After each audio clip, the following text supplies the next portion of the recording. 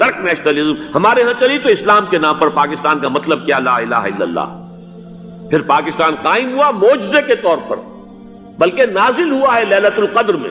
انا انزلناہ فی لیلۃ القدر، جیسے قرآن نازل ہوا لیلۃ القدر میں، یہ پاکستان بھی نازل ہوا لیلۃ القدر میں. اس کا برقرار رہنا ابھی تک معجزہ ہے. ہندو یہ سمجھتا تھا، کانگریس سمجھتی تھی کہ جھٹپٹ ختم ہو جائے گا.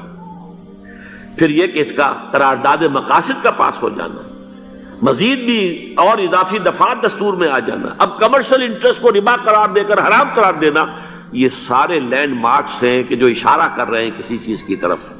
معاملہ کدھر جا رہا ہے؟ پھر یہ کہ یہ جو 14ویں صدی کے مجدد تھے شیخ الہند، اس کے بعد سے کچھ ایسی شخصیتیں عظیم پیدا ہوئی ہیں ہند میں، جن کو میں سمجھتا ہوں کہ 14ویں صدی کے مجدد اور 15ویں صدی کے مجدد کے درمیان یہ 15ویں صدی کے مجدد کی راہ کو سیدھا کرنے والے، جیسے کہ حضرت یحییٰ نے کہا تھا میں تو آنے والے کا راستہ سیدھا کر رہا ہوں حضرت عیسیٰ کے لیے، ایسے ہی 15ویں صدی کے لیے امام مہدی کے لیے راستہ صاف کرنے والے سب سے پہلے علامہ اقبال، جنہوں نے اسلام کا تصور دین کی حیثیت سے دوبارہ زندہ کیا ہے، ورنہ اسلام ایک مذہب کی شکل اختیار کر چکا تھا.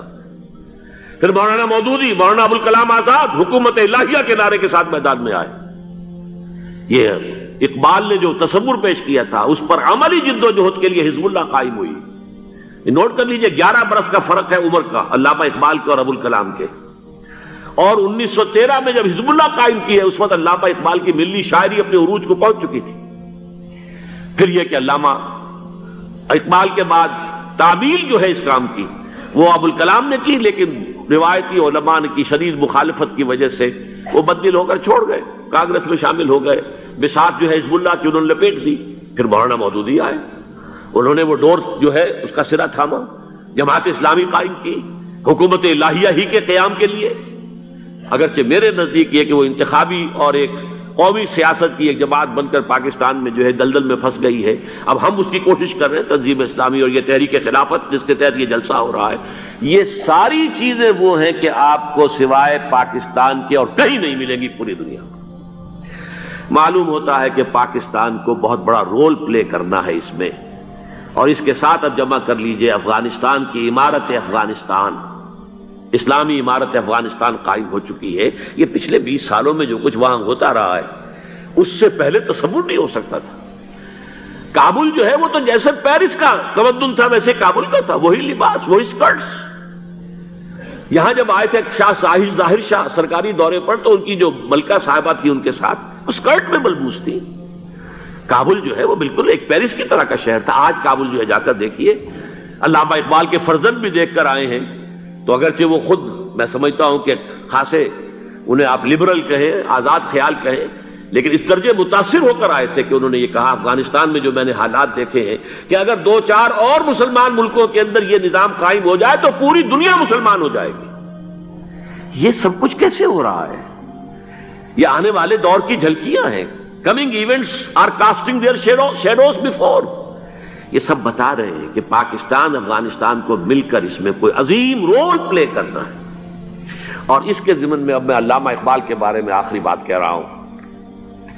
علامہ اقبال کے بارے میں عام یہ خیال ہے، انہوں نے اپنے خطبات میں مہدی کا اور نزول مسیح کا، حالانکہ میں کل پڑھ رہا تھا مولانا سید احمد اکبر آبادی رحمۃ اللہ علیہ کا ایک مقالہ ان کا کہ علامہ اقبال نے ابن خلدون کے بارے میں یہ کہا ہے کہ مہدی کا اور نزول عیسیٰ کا دونوں کا انہوں نے انکار کیا ہے. حالانکہ ابن خلدون نے نزول عیسیٰ کا انکار نہیں کیا، صرف مہدی کا انکار کیا ہے.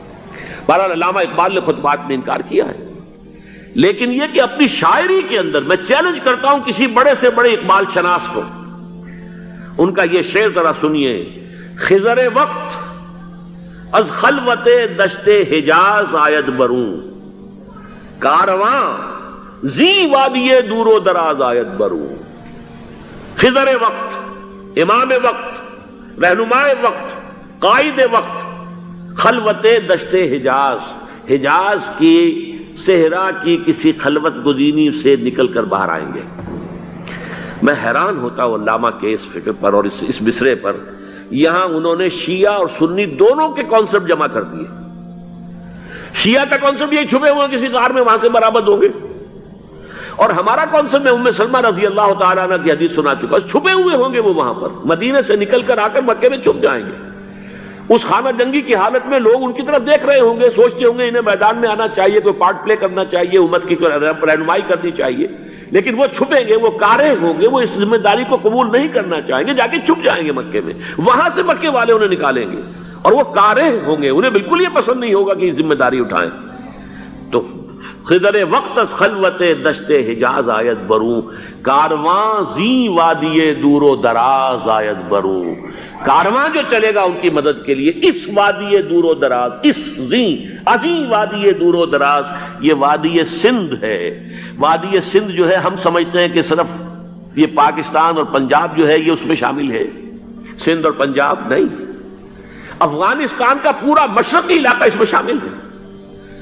جیسے دریائے جہلم سندھ میں جا رہا ہے، جیسے دریائے گلگت سندھ میں آ کر ملتا ہے، جیسے دریائے چناب اور راوی اور جہلم اور یہ سب جا رہے ہیں اور آ رہے ہیں، اسی طرح دریائے کابل کہاں سے آ رہا ہے، دریائے گومل کہاں سے آ رہا ہے، ٹوچی کہاں سے آ رہا ہے، یہ سارا جو ہے ڈرین جو ہو رہا ہے، ایسٹرن جو ہے پارٹ آف افغانستان، یہ سب وادی ہے۔ اس وادی کے یہ دو حصے ہیں، ایک حصہ جو ہے یہ ادھر پاکستان میں ہے اور اسی وادی کا دوسرا حصہ جو ہے وہ افغانستان میں ہے۔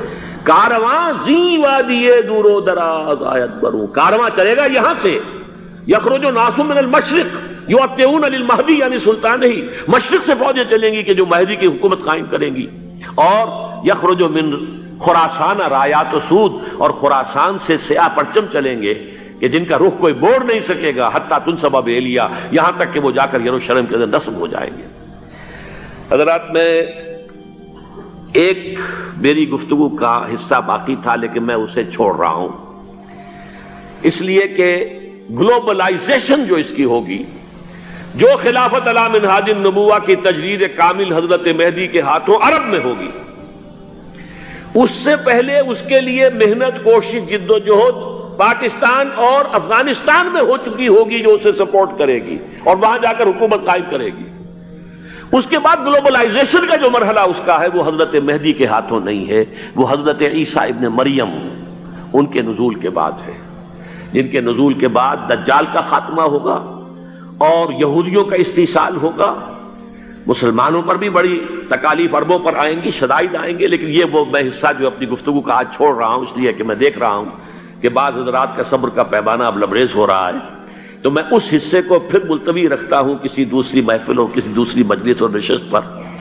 آخری بات یہ کہہ رہا ہوں، ہم پاکستانیوں کے کرنے کا اصل کام کیا ہے؟ یہ بختے میں آ پڑی ہے سخن گسترانہ بات۔ پہلی بات یہ کہ ہماری جد و جہد مرکوز ہو جانی چاہیے کہ یہاں خلافت علی منہاج النبوہ کا نظام قائم کرنے کی جد و جہد کریں۔ اس کے دو راستے ہیں، ایک سہل راستہ ہے، اللہ تعالیٰ جس کے لیے بھی اس کو سہل کر دے، اگر بظاہر تو بڑا مشکل ہے، نظر آتا ہے کہ لوگ اسے قبول نہیں کریں گے، کر لیں تو پھر بہت آسان راستہ ہے۔ تمام دینی جماعتیں پاور پالیٹکس سے، الیکشن کی سیاست سے وِدڈرا کریں اور اپنی تمام توانائیاں متحد ہو کر مرکوز کر دیں۔ نمبر ایک یہ کہ پاکستان کے دستور میں جس قدر اسلامی دفعات آ چکی ہیں، ان کو جو غیر مؤثر کرنے والے چور دروازے ہیں وہ بند کروائے جائیں، جس کے لیے آپ کو یاد ہوگا میں نے مہم چلائی تھی نواز شریف صاحب کے دور حکومت میں کہ یہ ترامیم آپ مزید کر دیجئے، تو یہ جو چور دروازے ہیں جس کی وجہ سے قرارداد مقاصد ہو، دفعہ 227 ہو، یہ سب کے سب، اور یہ جو فیڈرل شریعت کورٹ ہے، یہ سب غیر مؤثر پڑے ہوئے ہیں، کاؤنسل آف اسلامک آئیڈیالوجی غیر مؤثر پڑی ہوئی ہے، ساری چیزیں موجود، پورا اسلام موجود ہے لیکن غیر مؤثر ہے۔ چور دروازے بند کر دو خدا کے لیے تاکہ یہ اس مؤثر ہو جائے، بڑی آسانی کے ساتھ، بہت ہی عمدگی کے ساتھ، بغیر کسی خون خرابے کے اسلامائزیشن آف لاس اور اس کی امپلیمنٹیشن شروع ہو جائے۔ اور نمبر دو یہ استیصال منکرات کے لیے امر بالمعروف نہی عن المنکر، اس کے لیے میدان میں آ کر کہ ہمیں نہ حکومت چاہیے نہ اقتدار چاہیے، ہمیں صرف یہ چاہیے یہ حرام ہے، یہ حرام ہے، یہ حرام، اسے ختم کرو، اسے ختم کرو، اسے ختم کرو۔ اس کے لیے میدان میں آئے۔ من رأى منکم منکرا فلیغیرہ بیدہ فإن لم یستطع فبلسانہ فإن لم یستطع فبقلبہ۔ حضرات، اگر یہ کام ہو